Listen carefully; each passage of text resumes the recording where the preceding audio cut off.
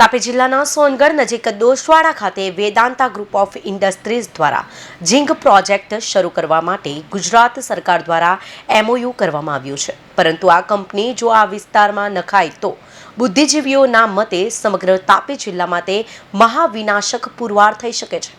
અહીંના જળ, જમીન, હવા અને ખેતી માટે વિનાશકારી પુરવાર થઈ શકે છે। તેથી આ કંપનીની સ્થાપના સામે પ્રચંડ વિરોધ થઈ રહ્યો છે। વિરોધ કેમ તે જુઓ ચેનલના વિશેષ અહેવાલમાં।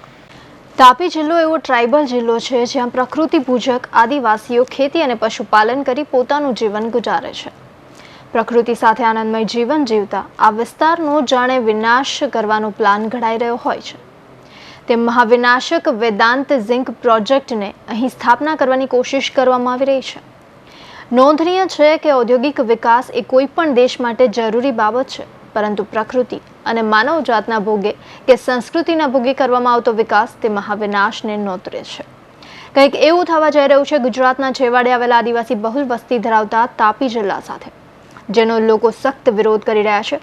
થોડા સમય અગાઉ વેદાંત ગ્રુપ ઓફ ઇન્ડસ્ટ્રીઝ દ્વારા ગુજરાત સરકાર સાથે કરાર કરી તાપી જિલ્લાના ડોસવાડા ખાતે ઝિંક શુદ્ધિકરણ કંપનીનો પ્રોજેક્ટ સ્થાપવાની ચળવળ હાથ ધરવામાં આવી છે, પરંતુ આ ઝિંક કંપની જો આ વિસ્તારમાં નખાય તો આ વિસ્તારના જમીન, હવા અને જેના પર લોકો પોતાનું જીવન ગુજાર કરે છે તેવી ખેતીના માટે મહાવિનાશક પુરવાર થઈ શકે છે। તેથી આ વિસ્તારના સ્થાનિકો, બુદ્ધિજીવીઓ અને આદિવાસીઓ આ પ્રોજેક્ટનો પ્રચંડ વિરોધ કરી રહ્યા છે। હવે વાત કરીએ વિરોધ પાછળ રહેલા મુખ્ય કારણોની, તો આ એક બ્રિટિશ કંપની છે જેને અનેક સ્થળોથી બંધ કરવામાં આવી છે, પરંતુ પૈસાના જોરે રાજકારણીઓનો સાથ લઈ આ કંપની લોકોના અવાજને દબાવી દેશે। આ કંપનીએ સ્થાપના પહેલા જે એન્વાયરમેન્ટ રિપોર્ટ જાહેર કર્યો છે, જેમાં તેઓએ કંપની દ્વારા નીકળતા પ્રદૂષણથી આ વિસ્તારના લોકોને અમુક ટકા નુકસાન થઈ શકે છે, પરંતુ એ જ રિપોર્ટમાં દર્શાવાયું છે કે તેનાથી વર્કરને કોઈ પ્રકારનું નુકસાન નહીં થાય। તે તો કેવી રીતે થઈ શકે, તે પણ એક મોટો સવાલ છે। આ કંપની અહીં ઝિંકનું ઉત્પાદન કરે તો સેમેલ્ટર એટલે કે ઝિંકનું શુદ્ધિકરણ કરતા સમયે લેડ, કેડમિયમ, મર્ક્યુરી જેવી ધાતુઓ પણ નીકળશે। તેના માટેના પ્રોજેક્ટ પણ અહીં સ્થાપવામાં આવશે, જેનો કચરો પ્રકૃતિ સાથે માનવ શરીર માટે પણ ખૂબ જ નુકસાનકારક છે।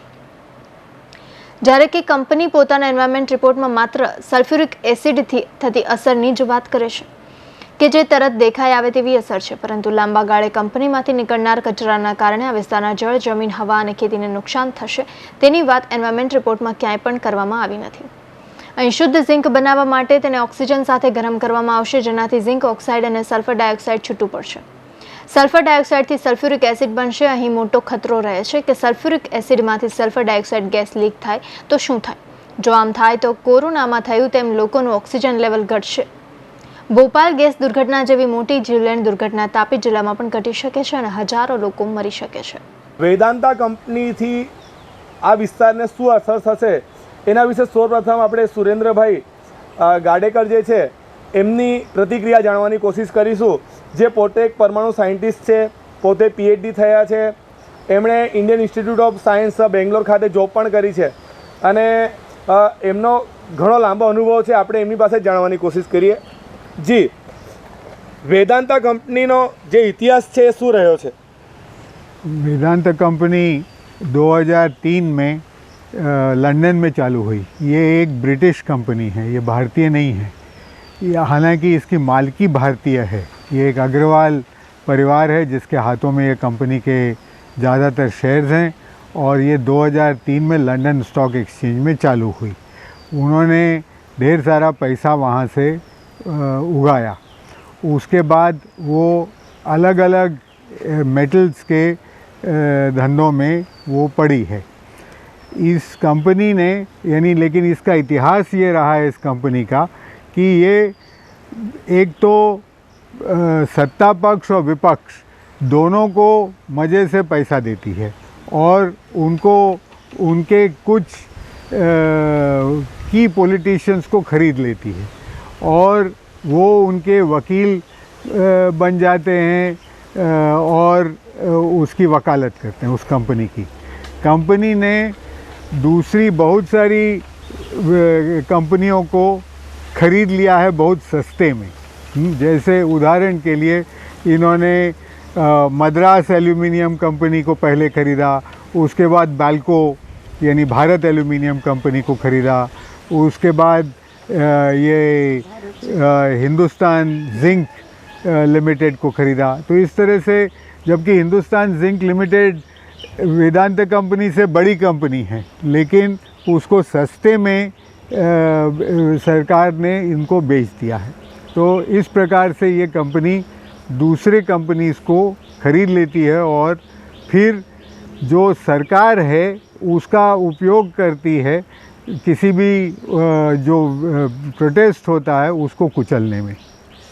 ये जो कंपनी यहाँ पे बनने जा रही है, इसमें झींग के साथ साथ बाई प्रोडक्ट में और क्या क्या उत्पादन होगा? हाँ, इसमें दूसरे हेवी मेटल्स भी साथ साथ उत्पादित होंगे, जिस प्रकार से लेड, कैडमियम, मर्क्यूरी, आर्सेनिक, ये सब इसके साथ पैदा होते हैं। ये सब अपने आप में जहर हैं। वेदांता कंपनी जो फैक्ट्री शुरू करने जा रही है, ये इन्होंने इसके पहले जो एनवायरमेंटल रिपोर्ट दिया है जो आपके पास यहाँ पे उपलब्ध है, इनमें इन्होंने क्या दिखाया है और सच में इसकी वास्तविकता क्या है, इसमें थोड़ा प्रकाश पाड़ें। इन्होंने इस एनवायरमेंटल रिपोर्ट में, ये एनवायरमेंटल रिपोर्ट है, ये 2 इतने बड़े बड़े ये हैं, हाँ, मोटे मोटे ये। तो ये इनका ये है एनवायरमेंटल इम्पैक्ट असेसमेंट रिपोर्ट, और इसमें जो है इन्होंने बहुत सारे अलग अलग चीज़ों की बात की है, लेकिन इसका जो मुख्य जो ये होता है असर, वो ये हेवी मेटल्स का होता है और वो लंबे समय में होता है। तो जैसे लेड की मात्रा पर्यावरण में बढ़ जाएगी तो उससे जो है ख़ास करके बच्चों की बुद्धि पर उसका बहुत ख़राब असर पड़ता है।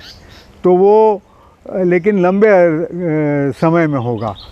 तो उन्होंने इस एनवायरमेंटल असेसमेंट में उस सब की बहुत बात ज़्यादा नहीं की है, कम थोड़ी सी बात की है लेकिन कम है।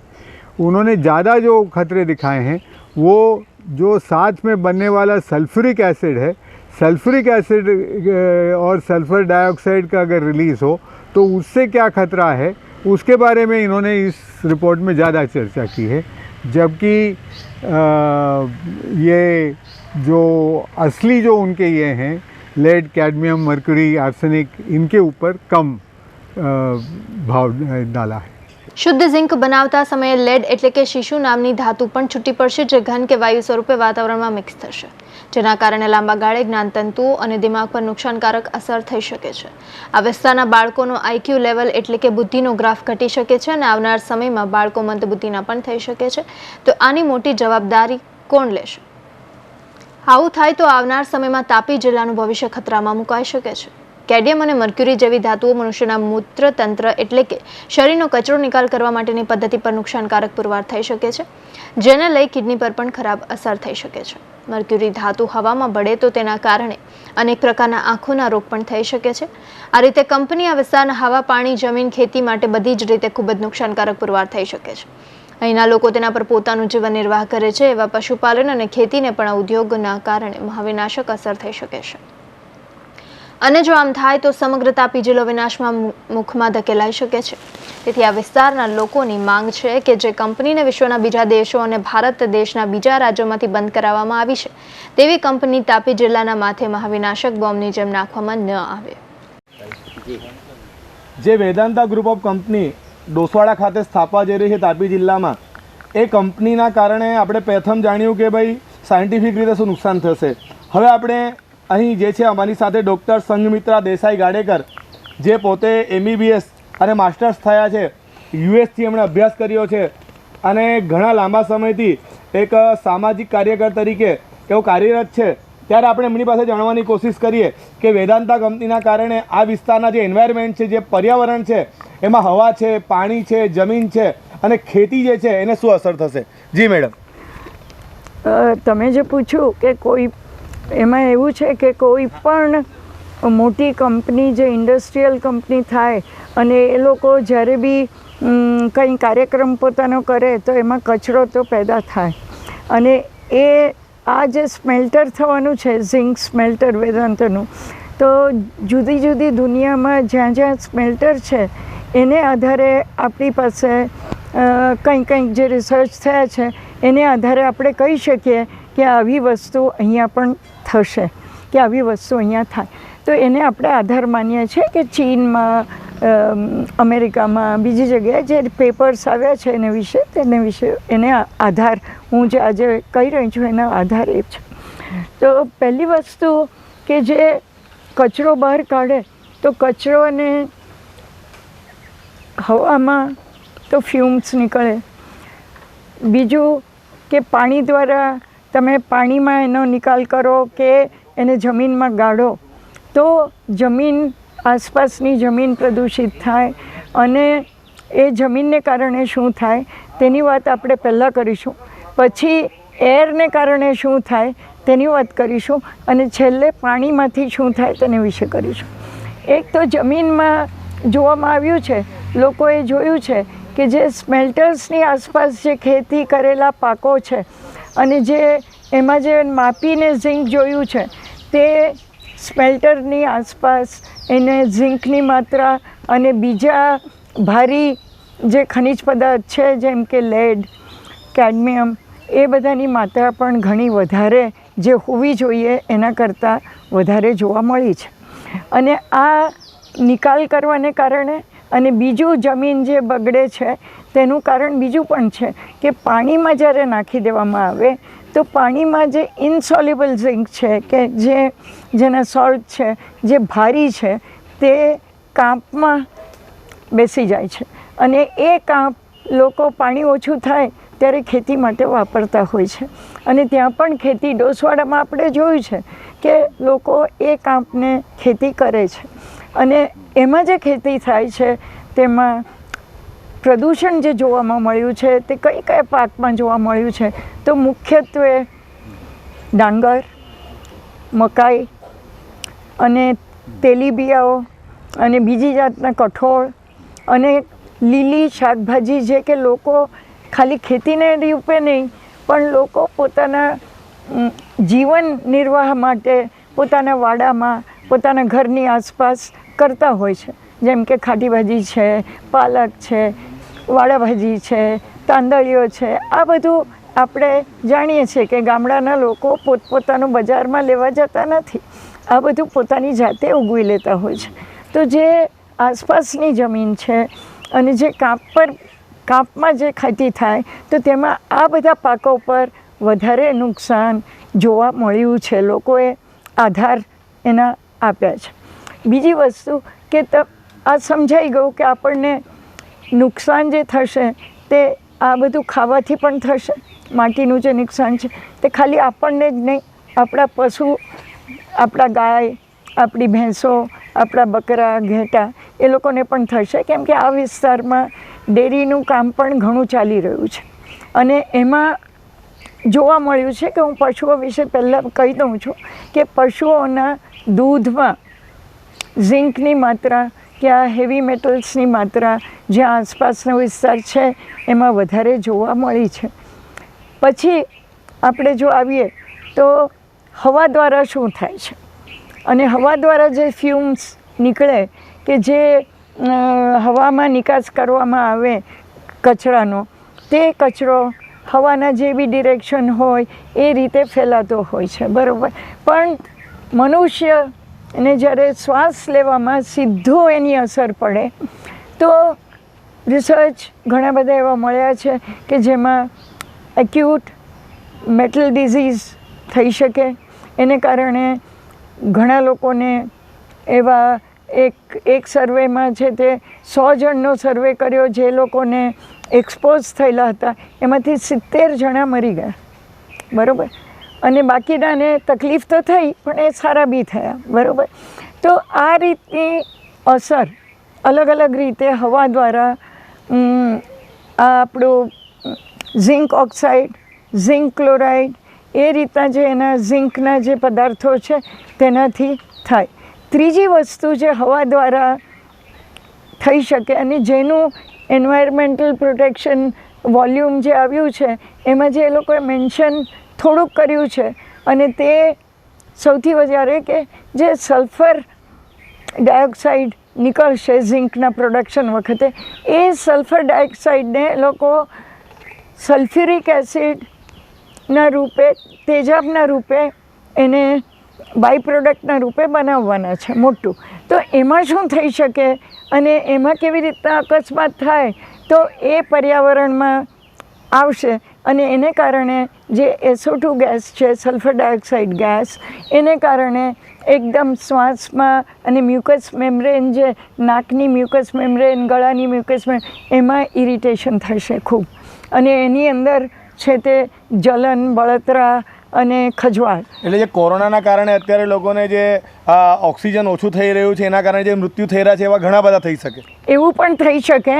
અને એ જ્યારે નીચેની તરફ હજુ વધારે આ મેટલ જાય ત્યારે ફેફસાની અંદર જઈને એ ફેફસાના જે નાના નાના લોબ્યુલ્સ હોય છે, કોથળીઓ હોય છે, એ નાની નાની કોથળીઓની અંદર એને હવાનો પેસેજ રોકે, અને હવાના પેસેજ રોકવાને કારણે કોરોનામાં જેવી રીતે થયું એવી રીતે એ લોકોની શ્વાસ લેવાની, ઓક્સિજનની કેપેસિટી ઓછી થાય અને ઓક્સિજન લેવલ ઘટે અને ગુજરી પણ શકે. આ સ્થિતિ થાય. મનુષ્યના શરીર તંત્રને શું નુકસાન થાય, બાળકોને શું નુકસાન થાય, આવનારી પેઢીને શું નુકસાન થાય? હા, એટલે આ તો એક રેસ્પિરેટરી જે પ્રોબ્લેમ્સ છે તેને વિશે આપણે શ્વાસોશ્વાસને વિશે થોડું થયું. તે પછી આપણા શરીરની અંદર જ્યારે ખાવા દ્વારા કે શ્વાસ દ્વારા કે ચામડીના એબ્ઝોર્પ્શનથી જે બી આપણા અંદર શરીરની અંદર જ્યારે હેવી મેટલ્સ જાય ત્યારે ભારે ધાતુ, તો એ ભારે ધાતુ લોહીની અંદરથી જઈને કિડની, આપણી જે કિડનીઝ છે તે કિડનીઓ કચરાને સાફ કરવાવાળી વસ્તુ છે, આપણા શરીરનું તંત્ર છે, કચરો સાફ કરવાના યંત્ર. તો એની અંદર આ ભારે મેટલ્સ જાય અને એને પ્રભાવિત કરે અને ત્યાં પડી રહે, અને એની કેપેસિટી, કિડનીની ફિલ્ટરેશન કેપેસિટી ઓછી કરે, કચરો નિકાલ કરવાની કેપેસિટી ઓછી થાય, ધીરે ધીરે કિડનીઝ ફેલ થાય અને ડાયાલિસિસ જેવી પરિસ્થિતિ પણ આવે અને કિડની ફેલિયર પણ થઈ શકે. એટલે આ એક વસ્તુ કિડની પર થાય છે. પછી લેડ જે છે તે આ ઝિંકની સાથે જ બીજું એક હેવી મેટલ છે સીસુ જેને કહેવાય, તે પણ પેદા થાય છે. અને તે ઘણા બધા રિસર્ચ એવા છે કે જેણે જોયું કે લેડની માત્રા જો પાણીમાં કે સોઇલમાં કે હવામાં વધારે હોય તો ત્યાં જે એ એટમોસ્ફિયરમાં રહેવાવાળા બાળકો છે તે બાળકોને આજે જો એ લોકોની જે બુદ્ધિની ક્ષમતા જેટલી હોય એનાથી 10 વર્ષ પછી એ લોકોને ઓબ્ઝર્વ કરવામાં આવ્યા કે એ લોકોની IQ ઘટી. તો એટલે બ્રેન પર એની ધીમે ધીમે અસર પડે. એટલે બાળકો મંદબુદ્ધિ પેદા થઈ શકે છે કે મંદબુદ્ધિ થઈ શકે છે? હા, મંદબુદ્ધિ થાય એટલે જન્મે છે નોર્મલ, પણ મંદબુદ્ધિ થાય એવા રિસર્ચ પેપર્સ છે. મંદબુદ્ધિ બાળકો પેદા થવાવાળા રિસર્ચ હજુ સુધી મારા ધ્યાનમાં માણસો પર નથી આવ્યા, પણ નાના જાનવરો પર, જેમ કે લેબોરેટરી એનિમલ્સ જે હોય છે, રેટ્સ, ગિનીપિગ્સ, એના પર જે પ્રયોગો કરવામાં આવ્યા છે એમાં રિપ્રોડક્ટિવ ઇફેક્ટ જેને કહેવાય કે પ્રજનન સંબંધી જે પરિણામો છે એમાં કસુવાવડ થવી, જલ્દી નીકળી જવા, સ્ટેરિલિટી થવી, એમાં છે તે સ્ટીલ બર્થ્સ એટલે મરેલા મૃત બાળક જન્મવા કે વિકલાંગ બાળક જન્મવા એ જાનવરોમાં જોવા મળ્યા છે. પણ હજુ સુધી એવો કોઈ રિસર્ચ સામે નથી આવ્યો કે જે મનુષ્યમાં જોવા મળ્યું હોય આને કારણે. છતાંય આપણે જો જોઈએ તો જેમ આપણે જોયું કે રેસ્પિરેશનમાં જ્યારે ફેફસામાં જાય તો ત્યાં લડવા માટે લ્યુકોસાઇડ કાઉન્ટ વધી જાય છે, એટલે શ્વેતકણો રક્તમાં વધવા માંડે, અને શ્વેતકણો વધે પ્લેટલેટ કાઉન્ટ ઓછું થાય, અને એને કારણે શ્વેતકણો લડે છે. પ્લેટલેટ્સ પણ આપણા લોહીને થક્કા બનાવવા માટે એને માટે જરૂરી છે. જે વસ્તુ તો એ હિમેટોલોજીકલ ઇફેક્ટ્સ જોવા મળ્યા છે, અને એને કારણે રક્તની કમી એટલે હિમોગ્લોબિન ઓછું થઈ જાય અને અનિમિયા થાય એ જોવા મળ્યું છે. આ બધાને કારણે ઘણા કેસીસમાં એક્યુટ એક્સપોઝર જે હોય એને કારણે સડન ડેથ પણ જોવા મળે છે. અને આપણે બીજી જે અસરો છે તે અસરોમાં આપણે સલ્ફ્યુરિક એસિડ અને SO2 એને પણ એની સાથે જોડીએ. ખાલી હેવી મેટલ્સને ન લઈએ કેમ કે એ લોકો પેદા કરવાના છે અને એને કારણે બહુ તીવ્ર અસર એકદમ તરત જોવા મળશે કે ગૂંગળામણ થાય છે, ગળામાં તકલીફ થાય છે, શ્વાસ લેવામાં તકલીફ થાય છે અને વધારે પોઈઝન થાય તો ગુજરી પણ જાય. તો આ રીતની પરિસ્થિતિ થઈ શકે છે. જી જે હોય જેમ કે ગાયો અને ભેંસોના દૂધમાં આપણને છે તે ઝિંકની માત્રા વધારે જોવા મળી છે, આ પોઈઝન્સની માત્રા વધારે જોવા મળી છે, તેમ ધાત્રી માતાઓના દૂધમાં પણ આ હેવી મેટલ ઝિંક અને બીજા હેવી મેટલ્સ છે તે જોવા મળે અને એની અસર બાળક પર પડે. માત્ર ટૂંકા ગાળામાં જ નહીં પરંતુ લાંબા ગાળે આ કંપની સમગ્ર તાપી જિલ્લાનો વિનાશ કરી શકે છે. આ વિસ્તારમાં આવેલા પ્રાકૃતિક સૌંદર્યને સાથે મનુષ્ય જાતિને પણ નષ્ટ કરી શકે છે. તેથી કોઈ પણ હાલમાં આ કંપની અહીં નહીં સ્થાપવા દેવામાં આવે તેવું લોકો મન બનાવી ચૂક્યા છે. અત્રે નોંધનીય છે કે આ કંપની જ્યાં સ્થાપવા જઈ રહી છે તેની સામે જ સરદાર આશ્રમ શાળા આવેલી છે જ્યાં નાના બાળકો પણ ભણે છે. કંપનીના પાછળની તરફ ડોસવાડા માધ્યમિક અને ઉચ્ચતર માધ્યમિક સરકારી શાળા છે. કંપનીથી માત્ર 500 મીટરના અંતરે જ મોડેલ સ્કૂલ આવેલી છે. અહીં હજારો બાળકો ભણે છે. તેમના પર કંપનીના પ્રદૂષણની શું અસર થશે તે વિચારીને ધ્રુજારી ઉત્પન્ન થાય છે. કંપની નજીકમાં જ સોનગઢ નગર આવેલું છે જેને પણ પ્રદૂષણની ભયંકર અસર થઈ શકે છે. કંપની જ્યાં સ્થાપવામાં આવી રહી છે તેનાથી 10 કિલોમીટર અંતરમાં 90 જેટલા ગામડાઓ આ કંપનીના પ્રદૂષણની ભયંકર અસર થઈ શકે છે. વ્યારા શહેરને પણ લાંબા ગાળે તેની અસર થવાની સંપૂર્ણ સંભાવના રહેલી છે. આવા ખતરારૂપ સંકેતો વચ્ચે સરકાર આ વિસ્તારમાં કંપની સ્થાપનાને અટકાવે તેવી લોકમાંગ ઉઠી છે. લોકોના જણાવ્યા મુજબ તેઓ પોતાનો જીવ આપી દેશે પરંતુ આ વિસ્તારમાં કંપની તો નહીં સ્થાપવા દેવામાં આવે. હવે લોકોની વેદનાને સમજી ગુજરાતની સંવેદનશીલ સરકાર આ દિશામાં સકારાત્મક નિર્ણય લે અને આ કંપનીનો પ્રોજેક્ટ અન્ય કોઈ નિર્જન સ્થળે સ્થાપે તેવી લોકમાંગ ઉઠી છે. તે દિશામાં સરકાર શું પગલાં ભરે છે તે આવનારા દિવસોમાં જોવું રહ્યું. પરંતુ હાલ આ અહેવાલના આધારે એક વાત તો કહી શકાય કે વેદાંત ગ્રુપની ઝિંક કંપની તાપી જિલ્લાનો વિનાશ કરી શકે તેવી પ્રબળ શક્યતાઓ દેખાઈ રહી છે. બિંદેશ્વરી શાહ સાથે પિનલ ગામિત અને ચેતન પારેખ, NTV ન્યૂઝ, તાપી. તાપી જિલ્લા મુકામે ડોસવાડા ખાતે જે વેદાંતા ગ્રુપ ઓફ કંપની ઝિંકનો પ્રોજેક્ટ અહીંયા સ્થાપવા જઈ રહી છે એમાં આપણે પ્રથમ જોયું કે સાયન્ટિફિક અસરો શું થશે.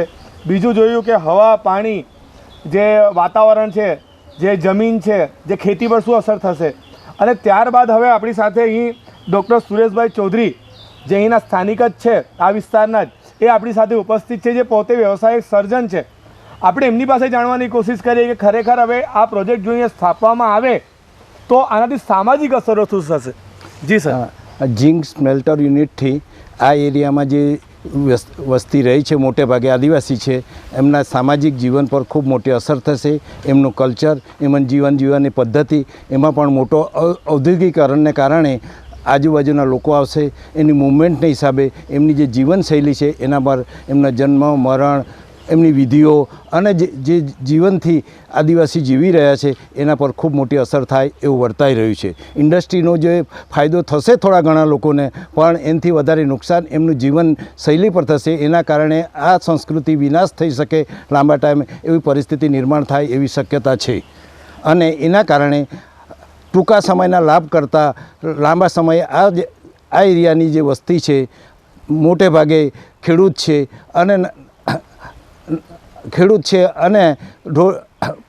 સામાન્ય બીજો ધંધા તરીકે ખેતીવાડી સાથે પશુપાલનનો ધંધો કરે છે એના પર પણ અસર થશે. અને પશુપાલનના ધંધામાં પણ એમને ખૂબ મોટું નુકસાન થશે કારણ કે પર્યાવરણની જે નુકસાન થશે એ એમના પ્રાણીઓ પર, જંગલો પર, ખેતી ઉપર અને ખેતીની પેદાશ પર થશે અને એ પેદાશને કારણે એમની જે ઉત્પાદન શક્તિ છે તે ઘટી જશે અને સાથે સાથે જે શહેરીકરણની જે આડઅસર આપણે જોઈ રહ્યા છે એ અસર અહીંયાના લોકોને પણ જીવનશૈલીમાં જોવા મળશે અને એ કારણે એમનું જીવન આજે શાંતિથી જીવી રહ્યા છે એને મોટું નુકસાન થવાની ભય અમને લાગી રહ્યો છે. એટલા માટે જે પ્રજા શાંતિથી જીવતી હોય તો એને થોડાક લોકોના ફાયદા માટે અથવા તો જે ઉદ્યોગ સાથે જે જોડાયેલા છે એ લોકોના ફાયદા માટે 1.5 થી 2 લાખ લોકો જે ઇફેક્ટેડ થવાના છે એમને નુકસાન ના થાય એવી અમને ભય છે અને એમને શાંતિથી જીવન જીવે અને જેનો અધિકાર છે એને શાંતિથી જીવન જીવવાનું મળે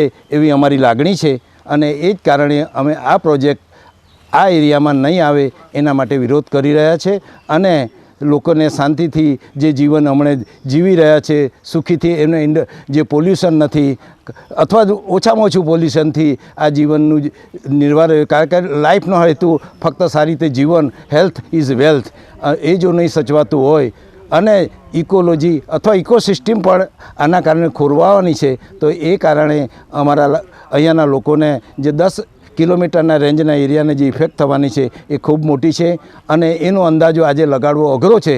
કારણ કે આ ફેક્ટરી આવશે પછી આ એનું એક્સપાન્શન, એના રેસિડેન્શિયલ ઝોન એ બધા જે ઉત્પન્ન થશે અને એની સાથે જે ટ્રાન્સપોર્ટેશન, એનું પોલ્યુશન એ બધું જો આ વિસ્તારને આવશે અને પાણી જે આજે ઉકાઈ ડેમની જો કદાચ મોટે ભાગે આ પાણીનો સપ્લાય ઉકાઈ ડેમમાંથી આવવાનો છે અને એ ખેતીના હેતુ માટે બન્યું હતું પણ હવે ધીરે ધીરે એ ઇન્ડસ્ટ્રીયલ યુઝ માટે બની રહ્યો એવું અમને લાગે છે.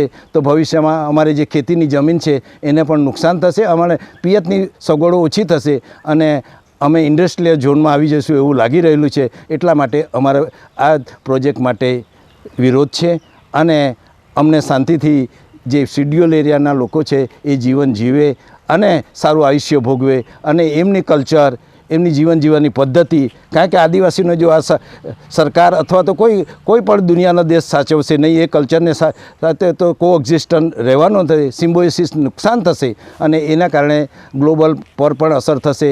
તો જે શાંતિથી જીવે છે એમને જીવવાનો અધિકાર કોઈ ઇન્ડસ્ટ્રીને કારણે અથવા તો કોઈ થોડા લોકોના ફાયદા માટે નુકસાન આ લોકોને નુકસાન નહીં થાય એવી અમારી બધાની લાગણી છે. તો આપણે આજે જ્યારે સામાજિક અગ્રણીઓને વાત કરી, ડૉક્ટરો સાથે વાત કરી, આ વિસ્તારના સાયન્ટિસ્ટો સાથે વાત કરી, આ વિસ્તારમાં જે સામાજિક ચળવળ ચલાવે છે એમની સાથે વાત કરી તો આપણને જાણવા મળ્યું કે જો વિકાસ એ જરૂરી વસ્તુ છે, દરેક વિસ્તારનો વિકાસ થવો જોઈએ, પણ તાપી જિલ્લો એક ટ્રાઇબલ જિલ્લો છે. અહીંના આદિવાસીઓને એક અલગ પ્રકારની સંસ્કૃતિ છે, અલગ પ્રકારની બોલીઓ છે, રીતભાત છે. એટલે અહીંના લોકોનું સ્પષ્ટપણે માનવું છે કે વિકાસ થવો જોઈએ પણ આ પ્રકૃતિના ભોગે વિકાસ એમને નથી જોઈતો, આ જે એમની સંસ્કૃતિના ભોગે વિકાસ એમને નથી જોઈતો, આ વિસ્તારના જળ, જમીન, જંગલના ભોગે વિકાસ આ આદિવાસી પ્રજાને નથી જોઈતો. એ આજની ચર્ચા પરથી સ્પષ્ટ જણાઈ આવે છે. જી.